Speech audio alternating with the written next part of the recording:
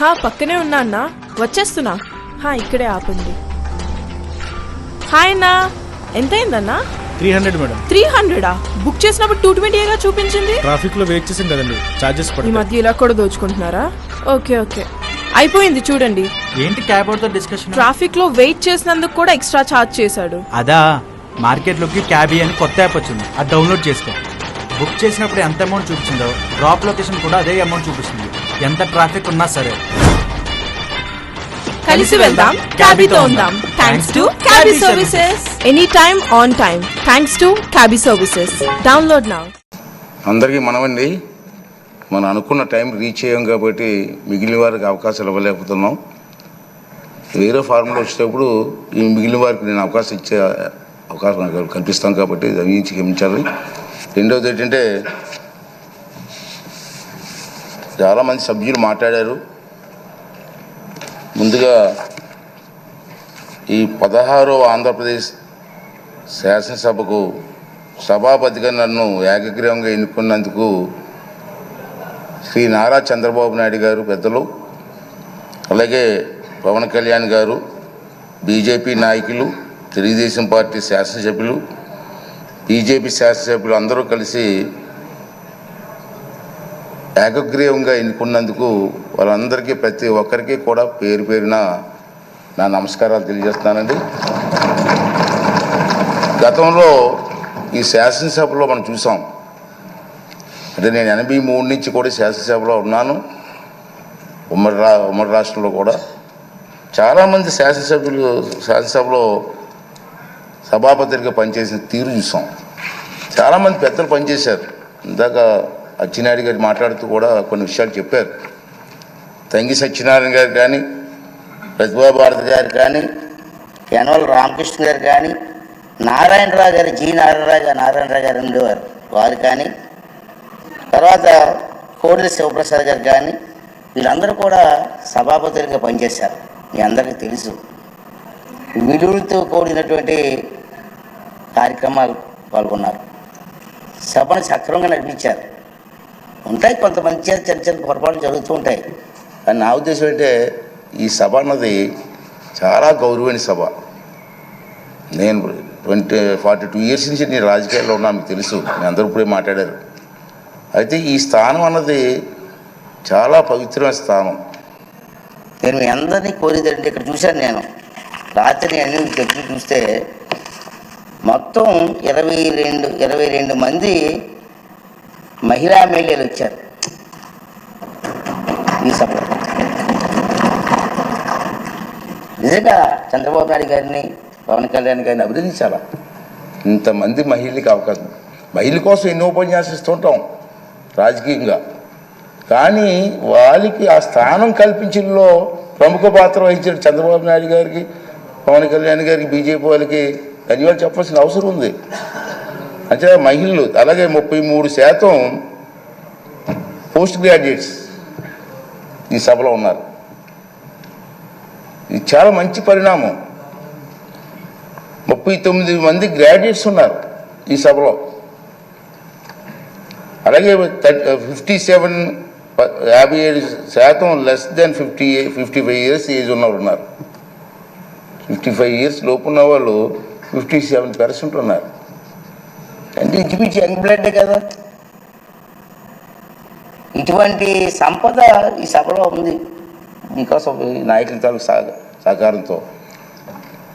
మరి దీన్ని ఉపయోగించుకొని మన సభని స్వభావంగా ఎప్పుడూ జరిగిన విధంగా ఉంచితే, ఎందుకు అంటున్నానంటే ఈ మాట, గత 5 సంవత్సరాల పరిపాలన చూసాం మనం.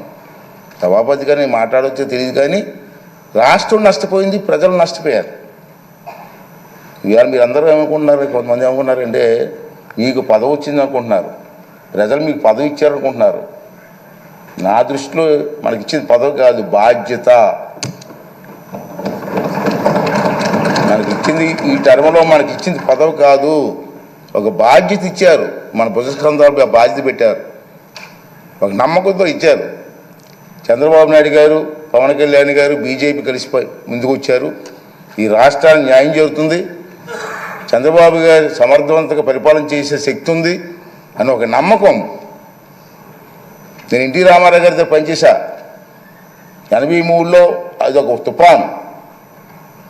కానీ సీట్లు వచ్చాయి కానీ ఇంత మెజార్టీలు రాలే ఆ రోజులో. ఒకసారి గమనించండి, ఒకసారి మీరు సీట్లు వచ్చాయి, ఇంత మెజార్టీలు రాలే. ఏంటంటే ఒక ఎమ్మెల్యేకి మా ఎంపీకి వచ్చిన మెజార్టీలు వచ్చి మనం చూశారు మీరు. దాన్ని మనం ఎప్పుడూ మర్చిపోకూడదని చెప్పి ఈ సందర్భంలో మీ అందరికీ మనం చేస్తున్నాను. అలాగే ఫస్ట్ టైం ఎమ్మెల్యేస్ 88 మంది ఉన్నారు మన హౌస్లో. ఫస్ట్ టైం ఎమ్మెల్యేస్ వారందరినీ నేను కోరేది ఏంటంటే, మీకు అవకాశాలు ఇస్తా, ఎందుకంటే మీరు కూడా మాట్లాడాలి, మీ తాలూకు వాయిస్ వినిపించాలి. మీ అందరు నేను కోరేది ఏంటంటే, ఈ హౌస్లో మాట్లాడడం అంటే హౌస్ కోసం కాదు, నా కోసం కాదు, మీకోసం కాదు, ఈ రాష్ట్రం కోసం, రాష్ట్ర ప్రజల భవిష్యత్తు కోసం మాట్లాడాలి. అంచేది ఫస్ట్ టైం ఎమ్మెల్యేస్ కూడా మగమాటం లేకుండా మీకు అవకాశాలు ఇస్తా. అవసరమైతే హౌస్ని 2-3 రోజులు పొడిగిస్తాం, సభానాయకులు మాట్లాడి, తప్పేలే. చర్చ జరగాల. మీ నియోజకవర్గంలో మీరు కావాల్సినటువంటి కార్యక్రమం ప్రజలు అందరూ కోరుకుంటారు. కార్యక్రమం అడుగుతారు మనల్ని. ఆ కార్యక్రమాలని స్పష్టంగా సభ ద్వారా మంత్రులు ఉంటారు, మంత్రులకి అధికారులు ఉంటారు, అధికారులకి వారితో పాటు ప్రజలకు కూడా మా ఎమ్మెల్యే గారు అసెంబ్లీలో మాట్లాడారు మా సమస్య కోసం చెప్పి ఒక ఆలోచన వచ్చే విధంగా మీరందరూ కూడా ప్రవర్తించవలసినటువంటి అవసరం ఉందని చెప్పి మనం చేస్తున్నాను. అలాగే మా చంద్రబాబు నాయుడు గారు చూశాను, నేను రాత్రి చూసి చాలా ఆశ్చర్యపోయాను. నేను ఫస్ట్ టైం ఎమ్మెల్యేస్కి 9 మందికి మంత్రులు ఇచ్చారు. సాధారణంగా మంత్రి అంటే ఏం చేస్తారంటే అనుభవం చూస్తారు, ఎన్ని చూస్తారు కదా సాధారణంగా. కానీ ఫస్ట్ టైం ఎమ్మెల్యేస్కి 9 మందికి మంత్రులు ఇచ్చారంటే ఇది చిన్న విషయం కాదు. ఈ విధంగా ఆలోచన చేసేటువంటి చంద్రబాబు నాయుడు గారికి, పవన్ కళ్యాణ్ గారికి కూడా మనం ధన్యవాదాలు చెప్పి, వారు ఏ ఆలోచనతో ఇచ్చారో దాన్ని సబూగా జరిపించడం కోసం మనందరూ కూడా ప్రయత్నం చేయవలసినటువంటి అవసరం ఉందని చెప్పి మనం చేస్తున్నాం.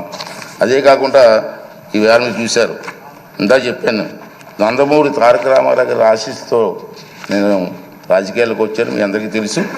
గత 42 సంవత్సరాల నుంచి కూడా ఓటమి ఉండొచ్చు, గెలుపు ఉండొచ్చు, ప్రజా జీవితంలో గడిపాం. నాకు జీవితాన్ని ఇచ్చింది తెలుగుదేశం పార్టీ.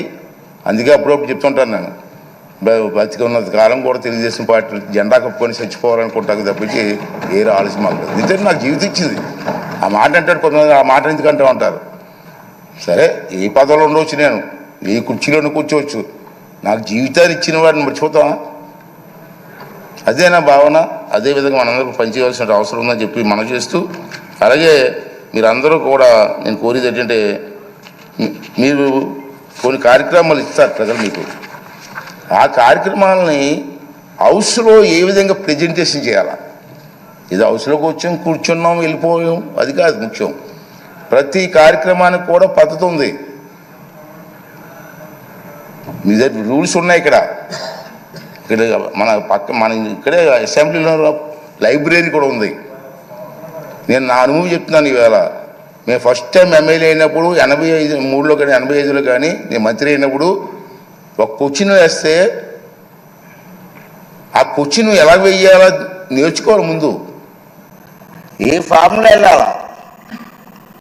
సభలో మాట్లాడినప్పుడు మంత్రి ఉంటారు, మంత్రితో పాటు వాళ్ళ డిపార్ట్మెంట్ వాళ్ళు ఆఫీసర్లు ఉంటారు. మీరు మాట్లాడింది మీ సమస్యని ప్రజెంటేషన్ చేసే విధానాన్ని నేర్చుకోవాలా. ఒకవేళ కావలిస్తే చంద్రబాబు నాయుడు పెద్దలతో మాట్లాడి మీకు ట్రైనింగ్ క్యాంప్స్ పెడదాం. ఇంతకుముందు హైదరాబాద్లో బాబు గారి టైంలో, సార్ మీకు గుర్తుందో లేదో కానీ, ఒక 4-5 రోజులు మాకు ట్రైనింగ్ ఇచ్చారు. ఎన్టీ రామారావు గారు అయితే అక్కడ గండిపేటలో 9 రోజులు ట్రైనింగ్ ఇచ్చారు మాకు. 9 రోజులు అక్కడే ఉన్నాం. ఏ సమస్యని ఎలా ప్రజెంటేషన్ చేయాలా, క్వశ్చన్ అవర్లో ఏ సమస్య రేజ్ చేయాలా, 304లో ఏంటి ఇవ్వాలా, కాళ్ళ టెన్షన్లో ఏంటి ఇవ్వాలా, బడ్జెట్ స్పీచ్ ఎలా మాట్లాడాలా, ఇవన్నీ కూడా మనం ట్రైనింగ్ తీసుకోవాల్సిన అవసరం ఉంది. మనం ఏ సిగ్గుపడవసరం లేదు. ప్రజా సమస్య నేర్చుకోవడం తప్పు లేదు.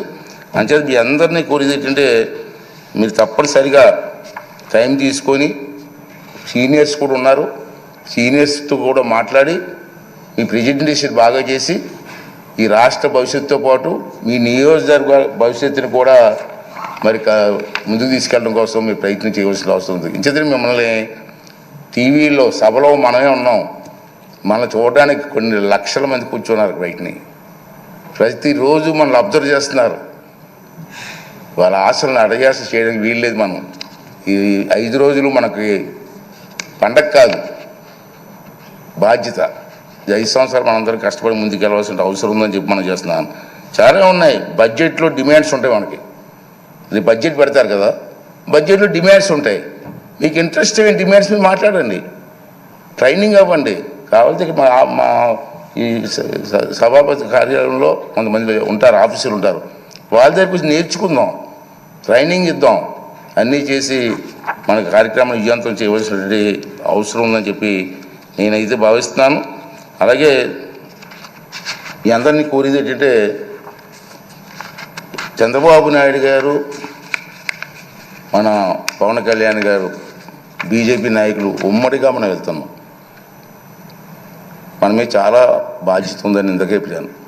ఆ సమస్యలు ఏ విధంగా చర్చించారు? బుచ్చి చౌదరి గారు లాంటి పెద్దలు ఉన్నారు, చాలామంది అనుభవం ఉన్నటువంటి వ్యక్తులు ఉన్నారు, గతంలో మంత్రులు చేసిన వ్యక్తులు ఉన్నారు, చంద్రబాబు నాయుడికి అపారమైనటువంటి అనుభవం ఉన్న వ్యక్తులు ఉన్నారు. ఈ అందరినీ కలిసి మన బాధ్యత. నా ఉద్దేశం ఒకటే, నేను ఒకటే నిర్ణయం తీసుకున్నాను. స్పీకర్ తక్కువ మాట్లాడాలా, సభ్యులు ఎక్కువగా మాట్లాడాలి. ఆ అవకాశం నేను కల్పిస్తాను, అది బాధ్యత. కానీ మీరు కూడా ట్రై చేయండి, సభ్యుల మీద మాట్లాడండి, ఈ సభకు గౌరవం తీసుకురండి. ఈ 16వ శాసనసభకు ఒక మంచి గుర్తింపు వచ్చేలాగా, గౌరవం వచ్చేలాగా మీ అందరూ కూడా సహకారం అందించాలని చెప్పి ఈ సందర్భం మనం చేస్తూ, అలాగే ముందే చెప్పాను తక్కువ మాట్లాడితే మంచిదని స్పీకరు. అది ఈ 4 మాటలు మీకు చెప్పి రేపు సభలో మీరు అందరూ కూడా సహకరించండి. అందరికీ ఇద్దాం, ఒకేసారి టైం లేదు, ఇవాళ టైం లేదు కాబట్టి ఇవ్వలేకపోయాను. కానీ తప్పనిసరిగా అందరికీ సమయం ఇచ్చి మీ తాలూకు మాటలను రికార్డు కూడా అవుతుంది కాబట్టి అందరూ కూడా ముందుకు వచ్చి మన రాష్ట్రాన్ని కాపాడడం కోసం, రాష్ట్రాన్ని అభివృద్ధి చేయడం కోసం మన అందరం కూడా కష్టపడి పనిచేద్దామని చెప్పి మనవి చేస్తూ, మరి మొన్న ఎన్నికల్లో ప్రజలందరూ కూడా మనకి ఉన్నతమైన బాధ్యతను అప్పచెప్పారు కాబట్టి ఈ సభాముఖంగా మీ ద్వారా మనందరం కలిసి మనకు ఓట్లు వేసి గెలిపించి ఈ అవకాశం కల్పించినటువంటి ప్రజలందరికీ కూడా మరొక్కసారి నా ధన్యవాదాలు, నమస్కారాలు తెలియజేస్తూ, మరి the house is adjourned is died with the consent of the house.